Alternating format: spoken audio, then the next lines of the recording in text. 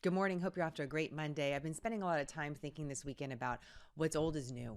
Returning to the basics in journalism and making sure we do the basics well, but also remembering what we've learned in the stories that we've reported on. And that's relevant in a few stories that we're going to talk about today. So I want to take you back almost 2 years exactly to the day, January 30th. It's January 31st, but January 30th, 2020, because on that day, it was a big news day in America because it was the first time that the CDC announced that there was a person-to-person transmission of a new virus, a new coronavirus. Not the first case in America that happened a few days earlier, but the first person-to-person transmission between a wife who had traveled to Wuhan, China, came back, and infected her husband. So back on January 30th, when this press release was put out, here was a statement from the CDC director at the time. Given what we've seen in China and other countries with the novel coronavirus, CDC experts have expected some person-to-person spread in the U.S. We understand that this may be concerning, but based on what we know now, we still believe the immediate risk to the American public is low.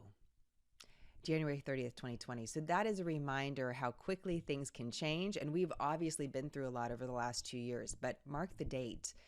We've been 2 years, 2 solid years really in this pandemic. And now we're seeing something new in America. We're talking about a different stage with this Omicron variant. You're likely seeing reports of cases dropping. And you're also seeing reports of certain policies that have been in place throughout the pandemic, like masking in certain areas being pulled back with the expectation of it being pulled back. You also might be seeing headlines that deaths are rising. And we want to be really cautious with that. We, of course, never want anyone to get really sick, go to the hospital, or pass away due to this virus.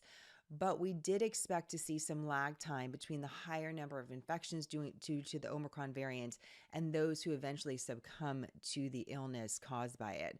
So we can see cases drop, we can see hospitalizations drop, and also see deaths rise. And it looks like we're in that time period right now. Now, there's a little bit of a curveball. You might also see this week, I want to mention this to you, a reference to an Omicron stealth variant or a stealth variant of the Omicron. And I don't know about you, but I've had about enough with the variants, right? We just need a little bit of a break. But I do want to mention this in case you hear about it. So when the Omicron variant was first identified, in that period, it was identified that there were about 3 different types of Omicron. There's the Omicron that we've been most talking about, B1, but there was also B2 and B3. Let's talk about B2.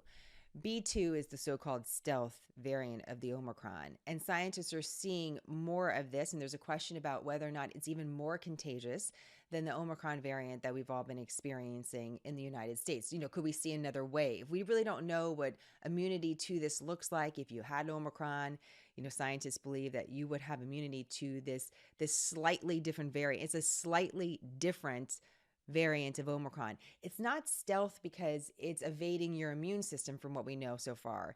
It's that when Omicron first made it on the scene, it was very easy for scientists to look at PCR tests and be like, oh, there it is. There's the Omicron variant. It's not quite as easy. It's not quite as detectable for scientists. It doesn't really change the way that you're testing for it, but just not as obvious to scientists. So that's why they call it stealth, and they're taking a closer look at it. So you could hear more reference to this. The real effect as of now is we're waiting to see, does contagiousness lead to more illness? Does it lead to repeated infections?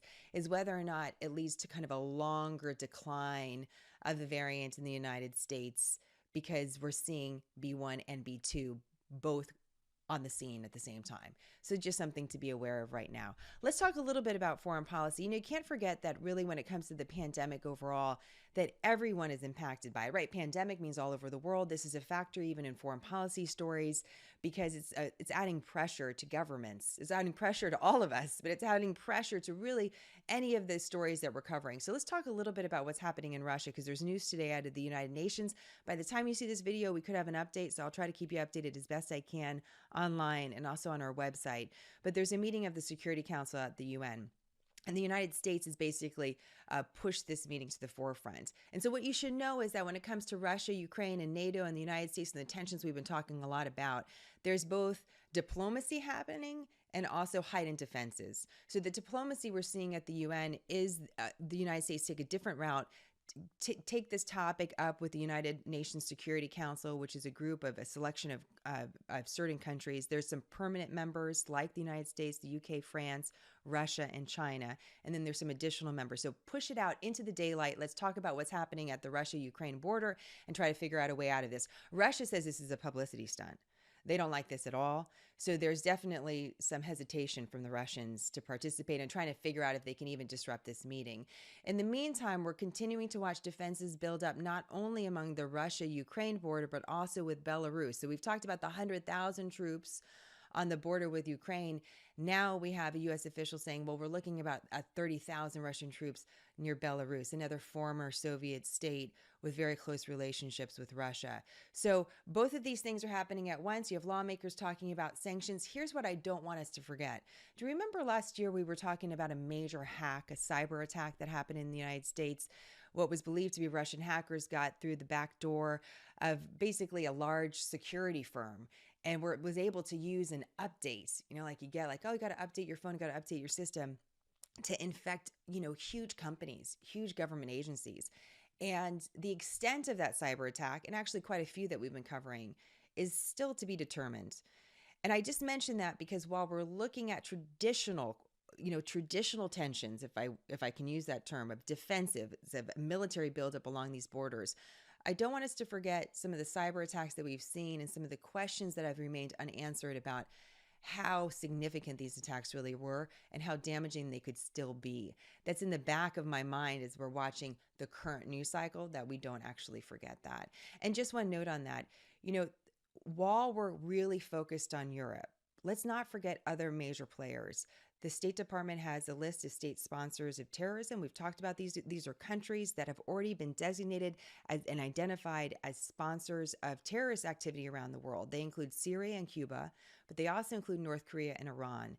Just over the last 24 hours, we saw Iran-backed rebels in Yemen fire another rocket into the UAE, where the Israeli president is visiting at this time, talking about security in the region. We're seeing North Korea claim that they've fired off another missile with the capability of reaching Guam, where U.S. soldiers are based.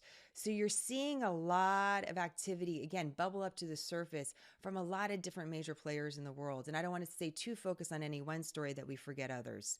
So just want to put that on your radar, for lack of a better term, today. All of this, by the way, we're being propelled into an event on Friday, which is the opening ceremony of the Winter Olympics that will last for 2 weeks. So that's also in the backdrop. That also sometimes the idea of a really big event can be motivation for countries like North Korea that aren't always in the news to start behaving in a way that gets them into the news. What are the second and third order effects of that? We don't know, but we just want to watch it so that we can be smarter. What is your favorite Winter Olympic event? I mean, I'm all about ice skating. I'm sort of like, it's so generic, right? But what is it? Do you have one? I love the Olympics, so I'll be watching it. I'll be curious what your favorite event is. And if you have any questions and comments about this report and others, please let us know. And always more on smarternews.com. Have a great start to your week.